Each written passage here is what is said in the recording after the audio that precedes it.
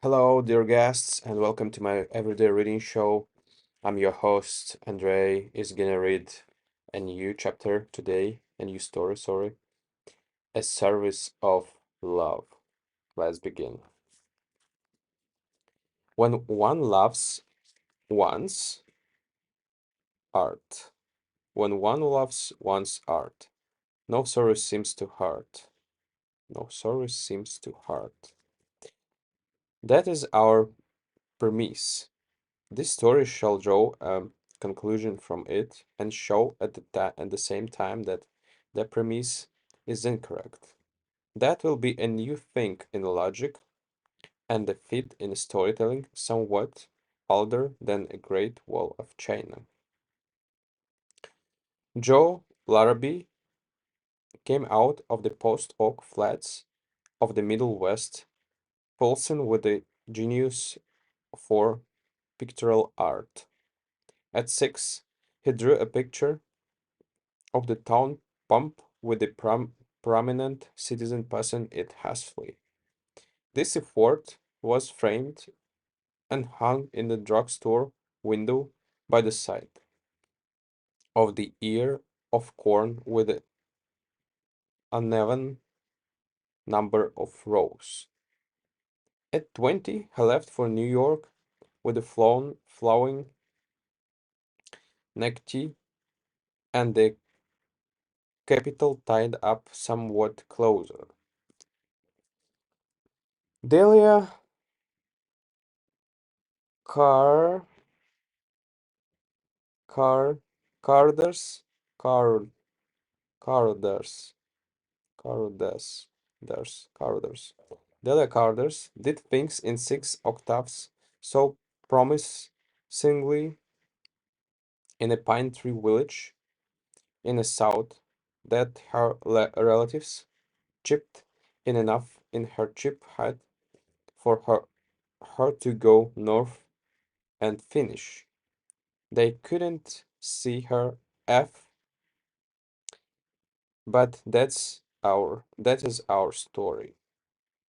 Joe, Joy and Delia met in a al atelier where a number of art and music students had gathered to discuss Charusco, Cherosco, Chiaroscuro, Wagner, music, Rembrandt's works, pictures, Walt, Waltendale, Waldenfell, wallpaper, Chopin, and Olun. Joe and Delia became enamored one of the other of each of the other, as you please, and in the short time were married. For see above. For see above. When one loves one's art, no sorrow seems too hard. Mr. and Mrs. Larrabee began housekeeping in the flat. It was a lonesome flat, something like a sharp way down at the left hand end of the keyboard. And they were happy. They had their art, and they had each other.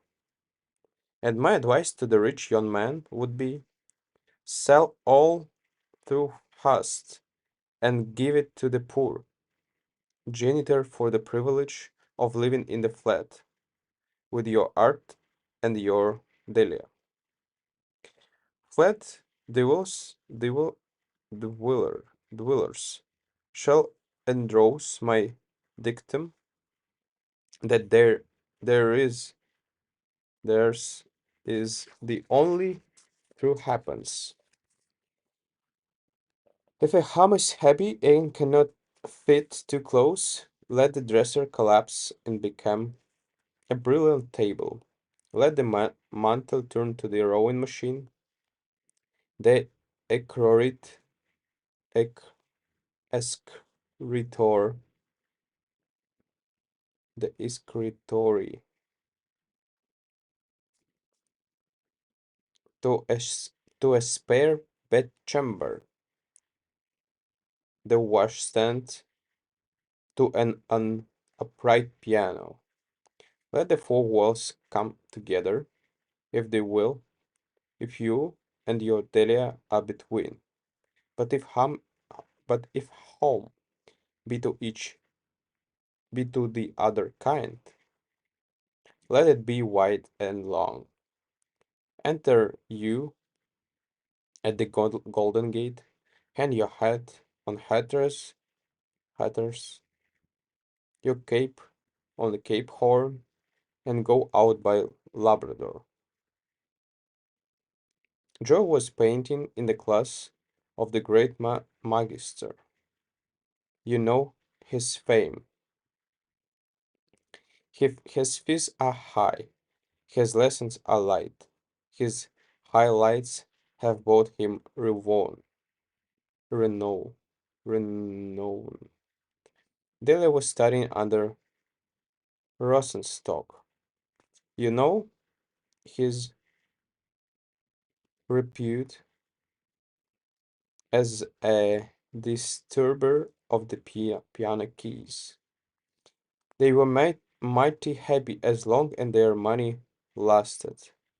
So so is weary, but I will not be cynical.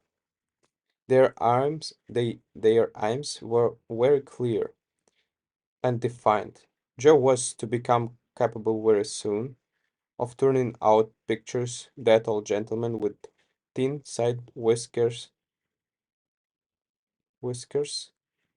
and thick pocketbooks would send back one another on his studio for the privilege of buying. The other was to become familiar and then contemptuous with music, so that when she saw the orchestra seats and boxes unsold, she could have sore throat and lobster in the private dining room and refuse to go on the stage. But the best, in my opinion, was the home life in the little flat, the ardent, volu- voluble chats after the day's study, the cozy dinners, and fresh, light breakfasts, the interchange of ambitions interwoven each with others, or else inconsiderable, the mutual help and inspiration, and overlook my artlessness, stuffed olives and cheese sandwiches at 11 p.m. But after a while, art flagged.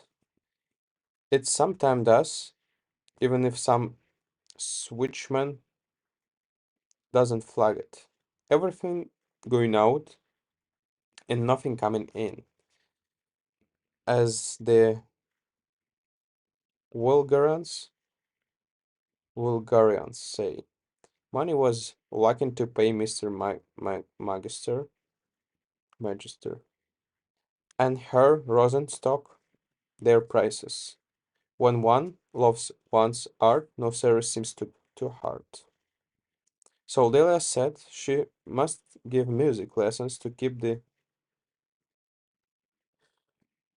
chafing dish bubbling. Chafing dish bubbling.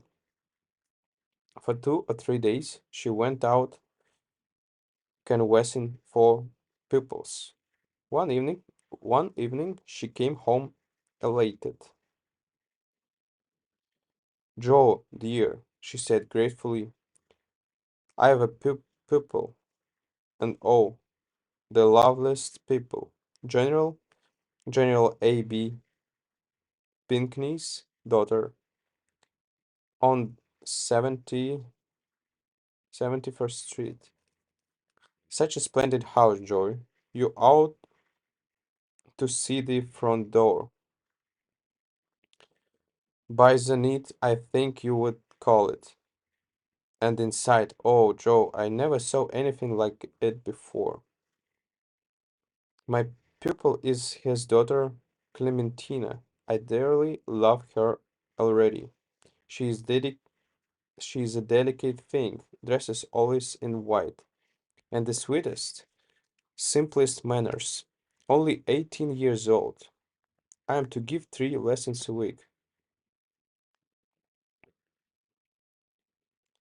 And just think, Joe, $5 a lesson.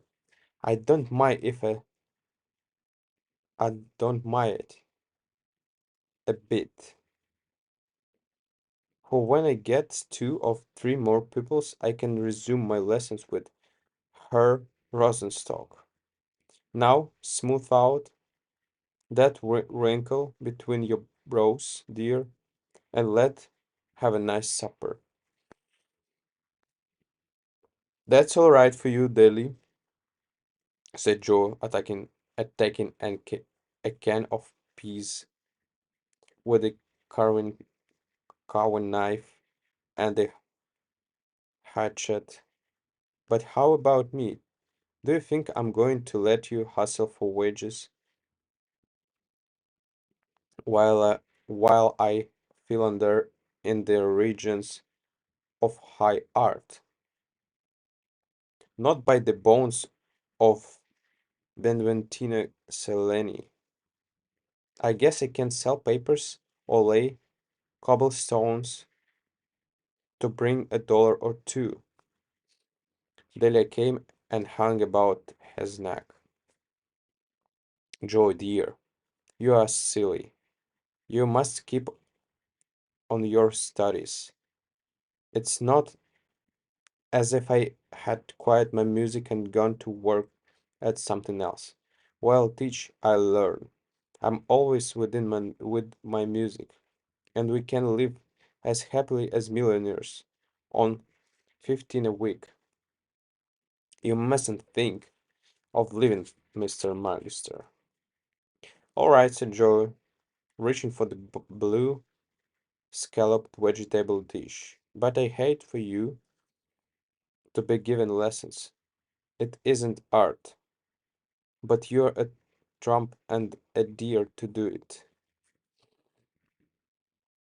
When one loves one's art, no service seems too hard, said Delia.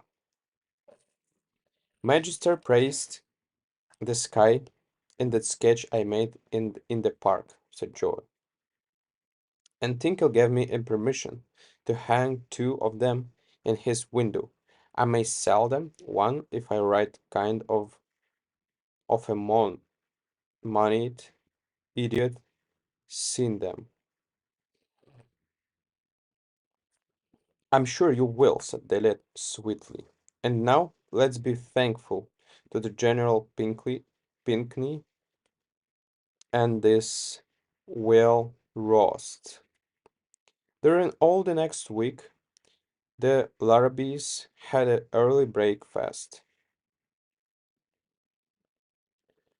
Joy was enthusiastic about some morning effort sketches he was doing in Central Park, and Delia packed him off breakfasted, cuddled, praised, and kissed even 7 o'clock. At 7 o'clock. Art is an engaging mistress. It was most times it was most times 7 o'clock when he returned in the evening. At the end of the week, Delia, sweetly proud but languid, triumphantly, triumphantly tossed 3 $5 bills on the 8 by 10 inches center table of the 8 by 10 feet flat parlor. Sometimes, she said, a little wearily, Clementina tries me. I'm afraid she doesn't practice enough. and I have to tell her the same thing so often. And then she always dresses entirely in white, and that does get monotonous. But General Pinkney is the dearest old man. I wish you could know him, Joy. He comes in sometimes when I am with Clementina at the piano. He is a windower. He is a windower, and stands there pulling his white goatee. And how the semiquavers, and the demi-semiquavers progressing, he's he always asks. I wish you could see the wainscoting in the drawing room, Joy, and Astrakhan those Astrakhan rug portraits. And Clementina has such a funny little cough. I hope she is stronger than she looks. Oh, I'm getting attached to her. She is too gentle too and high bred. General Pinkney's brother was once minister of Bolivia. And then Joy, with the air of a Monte Cristo, drew for fourth and 10 and 5 at 2 and a 1, all legal tender notes, and laid them beside the Dallas earrings. Sold that watercolor of the obelisk,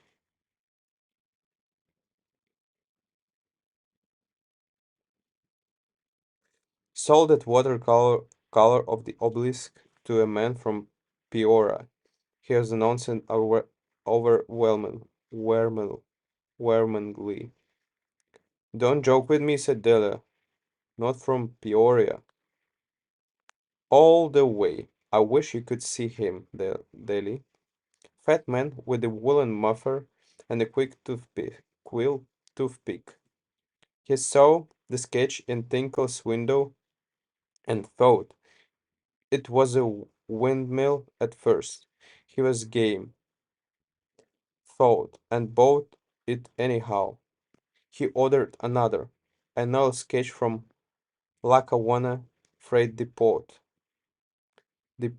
Depot, to take back with him. Music lessons. Oh, I guess art is still in it. I'm so glad you've kept on, said Della heartily. You're bound to win, dear. $33. We never had so much to spend before. We'll have oysters tonight, and filet mignon with champignons, said Joy. Where's the olive fork? On the next Saturday evening, Joy reached home first. He spread his uh, 18 on the parlor table and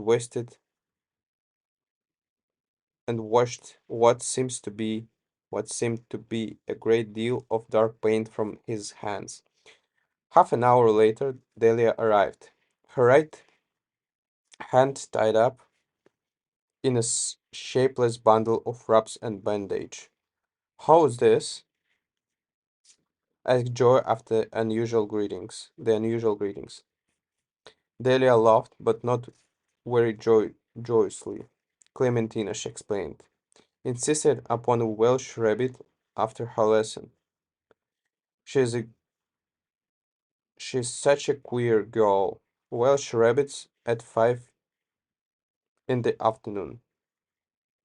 The general was there. You should have seen him run for the chafing dish, Joy, just if there wasn't a servant into the house. I know Clementina isn't in a good health. She's so nervous. I'm serving the rabbit.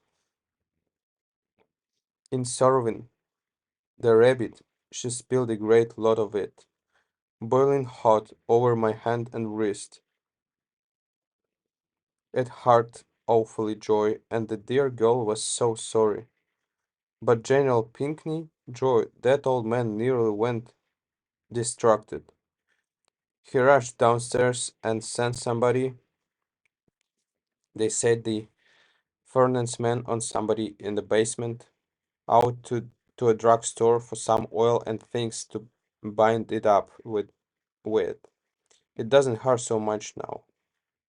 What's this? Asked Joy, taking the hand tenderly and pulling at some white strands beneath the bandages. It's something soft, said Della. That had oil on it. Oh, Joy, did you sell another sketch? She she had seen the money on the table. Did I? Said Joy. Just ask the man just ask the man from Peoria. He got his depot today, and he isn't sure, but he thinks that he wants another parkscape and the view of the Hudson. What time this afternoon did you burn your hand, Deli? 5 o'clock, I think.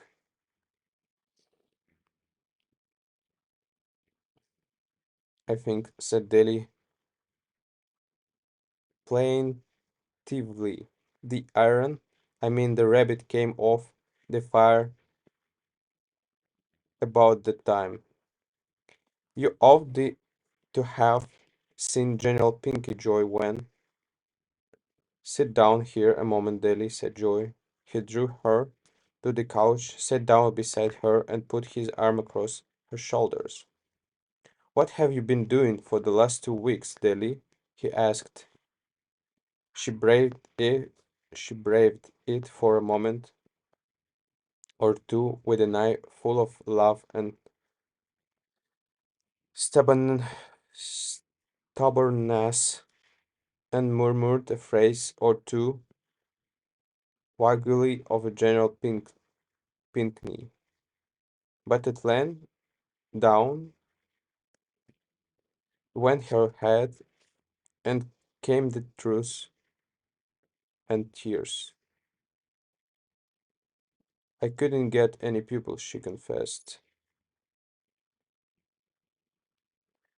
and I couldn't bear to have you give your give up o- your lessons.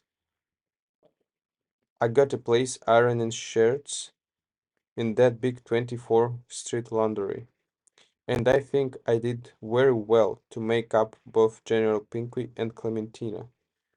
Don't you, Joy?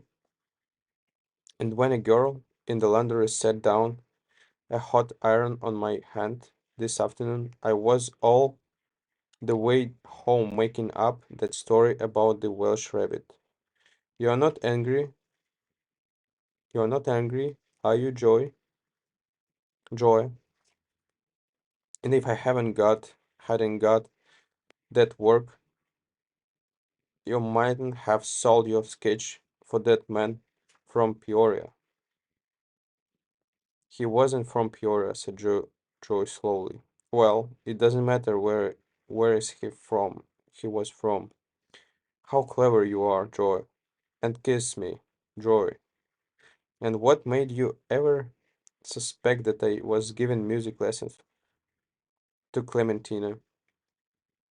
I didn't, say Joy, until tonight.